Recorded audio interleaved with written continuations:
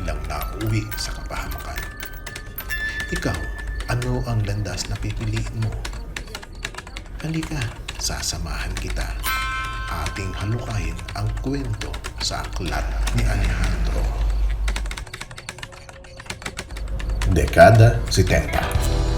Panahon ng bell-bottom, ng ABBA, Sgt. Peppers, ng marijuana o ng acid, ng martial law, ng death penalty, at higit sa lahat ng comics.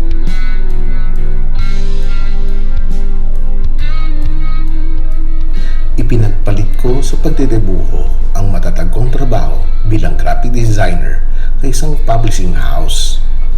Okay rin naman ang kinikita, kaya lang yung fulfillment ng pagdodrawing sa comics ay may kakaibang dating sa akin.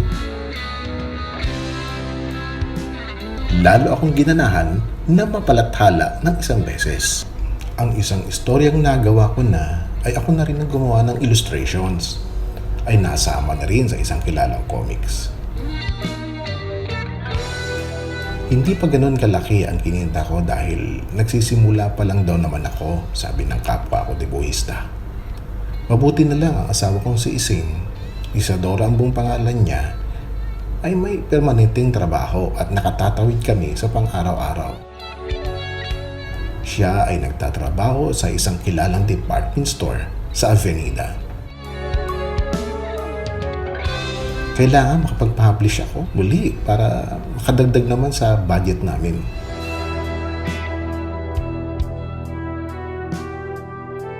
Ngunit isang buwang mahigit na akong walang maisip na kwento. May writer's block ata ako. Maraming gabi na akong hindi nakakatulog at nakatitig lamang sa malamig na mukha ng blankong papel.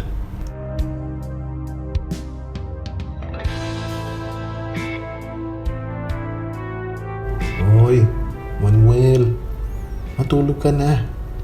Anang ng aking may bahay. Oo, Iseng, sandali na lang, sagot ko. Subalit inabot na naman ako ng umaga ng katititig sa malupit na puting papel. Sa ganitong kalagayan ako inabutan ni Dante, kapwa ko ilustrador. O pare, ano nangyayari sa'yo? At napansin niya ang blankong papel. Eto, ganun pa rin. O ito nga pala hinihiram mo. Sabay abot sa perang inuutang ko sa kanya. Salamat pare, baya mo kapag meron na, bigay ko agad. Pangako ko sa kanya. May sagot niya sa problema mo. Ganon ang ginagawa ko pag nabablock na ako. Ha? Ano yun? Dagli ang tanong ko. Eto. At iniabot niya sa akin ang 3 tableta na may iba't ibang kulay.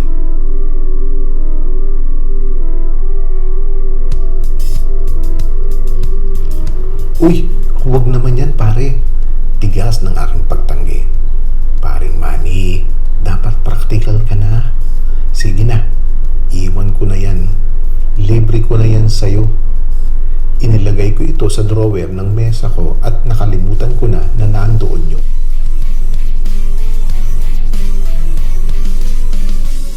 Isang linggo na ang nakararaan at ganun pa rin ako. Wala pa rin akong istoryang maisip. Tila nade-depress na nga ata ako sa ganitong kalagayan. Paring Manny, dapat practical ka na. Muling sumagi sa isipan ko ang sinambit ng kaibigan ko. Napalingon ako sa drawer at kusang gumalaw ang aking kamay upang kunin ang mga tabletang may iba't ibang kulay. Walang abog na isinubo ko ang isa at inilapat ko ang aking kamay sa ibabaw ng mesa. Pamaya-maya pa, naging kakaiba ang takbo ng isip ko at kusang gumalaw ang kamay ko kasabay ng takbo ng isip ko.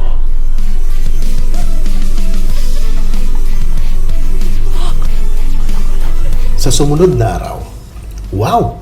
Sabi ng chief editor na si Mr. Dayaw, hindi ko akalaing makakasulat ka ng ganito. Sige, gawa mo na ng illustrations at bumalik ka sa akin. Sold na ito. para akong nakatuntong sa ulap habang ako ay pauwi na. Mabisa ang binigay ni paring Dante. Pero sa totoo lang, pagkatapos kong sumulat, sama na mga panaginip ko. Siguro dahil na rin sa isinusulat kong horror thriller.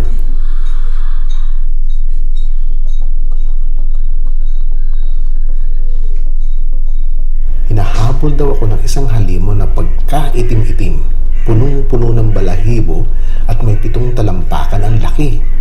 Inabutan daw ako at dinukot ang aking bituka at kinain ito habang buhay pa ako, habang damang-dama ang sakit. Humihiyaw ako nang hanggang magising at basang-basa ng pawis ang buong katawan ko.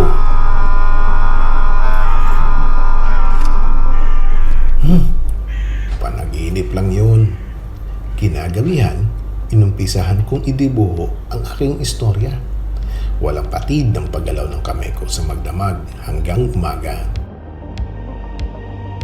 Nakaalis na ang mahal kong si Iseng papuntang trabaho. Nakabalik na siya ay nagdodrawing pa rin ako. Ano ba? Kumain ka na ba? Tanong ng aking may bahay. Oo nga ano. Sige, sabay na tayo. Sagot ko. Natulog ako ng matiwasay sa wakas. Kinabukasan, na-submit ko na ang illustrations at tuwang-tuwa si Mr. Dayaw. Kung ganito ba ng ganito ang trabaho mo, Manny, madaling aakyat ang ranking mo at tataas din ang bayad sa'yo. Kasi nga, papatok yan sa mga readers. Tuwang-tuwa ako na binalita kay Ising kinagabihan noong dumating siya. Kagaya ng dati, sabay na kaming kakain at manonood muna sandali ng telebisyon hanggang sa antukin. Sumunod na araw, inantay ko munang umalis si Ising at muli akong kumuha ng tableta sa aking drawer. Sabay lulot at inumpisahan ko magsulat. Kagaya ng dati, parang ilog ng buhay ang istorya sa aking utak at dali kong natapos. Dinala ko agad sa opisina ang aking gawa at isinabmit kay Mr. Dayaw. Pinahanga mo ako, Manny, sambit niya. O bakit ganyan ang mukha mo? Hindi ka man natutuwa? Huwag kang mag-alala. Kapag sa pangatlo, ganito kaganda trabaho mo, meron ng dagdag sa rate mo. Dugtong niya. Hindi po. Okay lang ako, Mr. Dayaw. Salamat din po sa consideration. Kaya ganun. Nanaginip na naman ako kasi hinahabol na naman ako ng kasuklam-suklam na halimaw na yon. Ganun pa rin ang ginawa sa akin. Pero ngayon, hinalbat ang ulo ko. Pinitas na parang kamati sa puno. Napakasakit na naghihiyaw na naman ako. Ginising ako ni Ising at ano ba raw ang nangyayari sa akin? Nakalimang sunod-sunod na na-approve ang panulat at ilustrasyon ko. Natutuwa ako kasi pumapasok na ang pera galing din sa akin at nakakatulong na ako kay Ising. Ngunit palihim na kinonta ko si paring Dante kung sino supplier niya.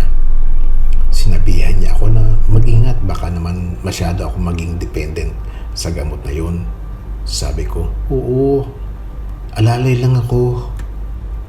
Pero ngayon pa ba na unti-unting nakikilala ang pangalan ko sa larangan ng comics? Dagdag pa niyan, tumataas ang rate ko kaya mas maayos ang sitwasyon naming pinansyal. Naibili ko rin ang ilang bagay na gusto ko para sa aking asawa. Gusto ko kasi nakikita ang mukha niya na masaya kapag may ibinibigay ako sa kanya. Kaya lang, lalong lumalala ang panaginip ko na nauuwi na talaga sa bangungot. Halimaw na parang galit na galit sa akin na bukod sa walang habas ay parang gustong-gustong pamatay ako ng paunti-unti na nababalot na matinding sakit na hindi kayang ipaliwanag.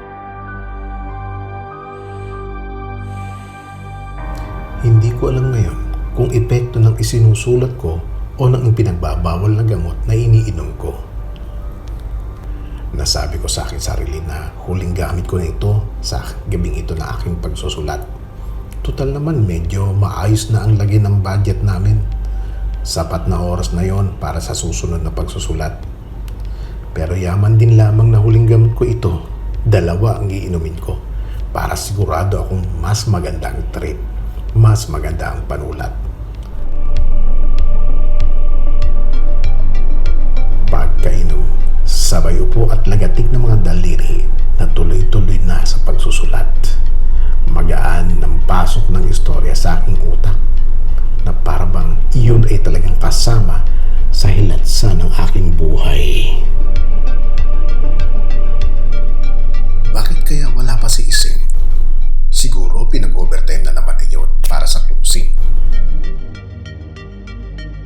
Halos lagpas na ako sa kalahatian ng aking isinusulat na may maramdaman akong kumikilo sa aking likuran.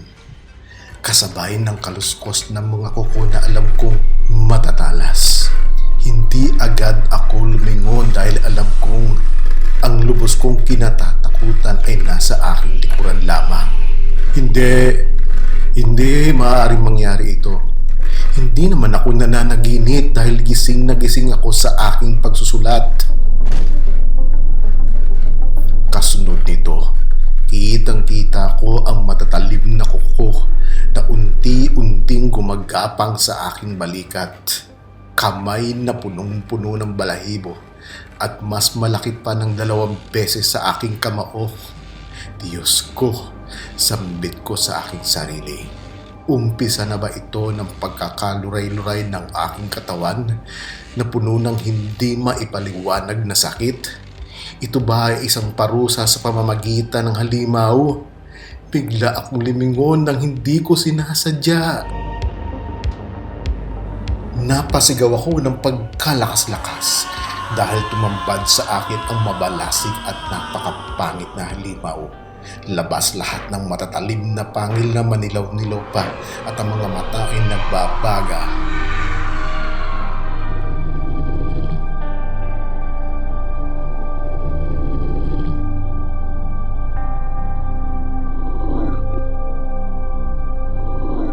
Tila nagulantan din ang halimaw sa pagsigaw ko, ngunit umatungal ito ng pagkalakas-lakas at kitang-kita ko pa ang mga laman na nakasabit sa kanyang mga ngipin. Katapusan ko na.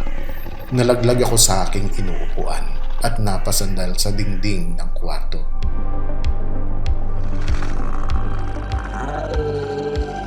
Minsan, ang taong nagigipit ay para ding hayop. Kapag wala nang matatakbuhan, pipiliting manlaban. Nakapako ang tubong pinaghahampas ko ng mga daga. Inundayan ko ang halimaw at pinaghahampas. Tinamaan ito sa magkabilang braso at napaurong sandali. Sumugad ako at tuloy-tuloy kong pinaghahampas kung saan-saang parte ng katawan hanggang sa abutin ko ang ulunan at hindi ko na nilitilan. Nalugmok ito at tila hindi na kumikilos habang ako naman ay hingal na hingal. Habol ang hininga. Biglang umusal ang halimaw.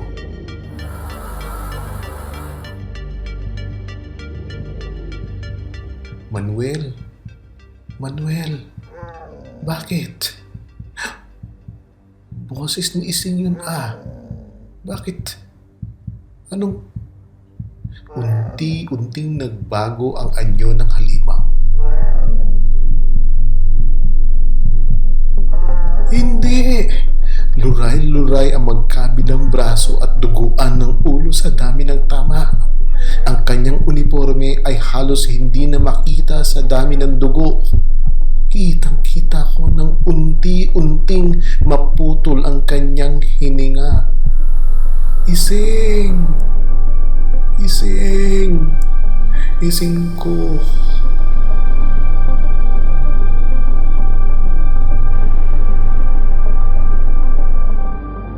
Hindi halimaw, kundi si Ising ang napatay ko. Ang taong mahal na mahal ko. Sa sobrang lango ko sa bawal na gamot, nagkaroon ako ng napakasamang halusinasyon.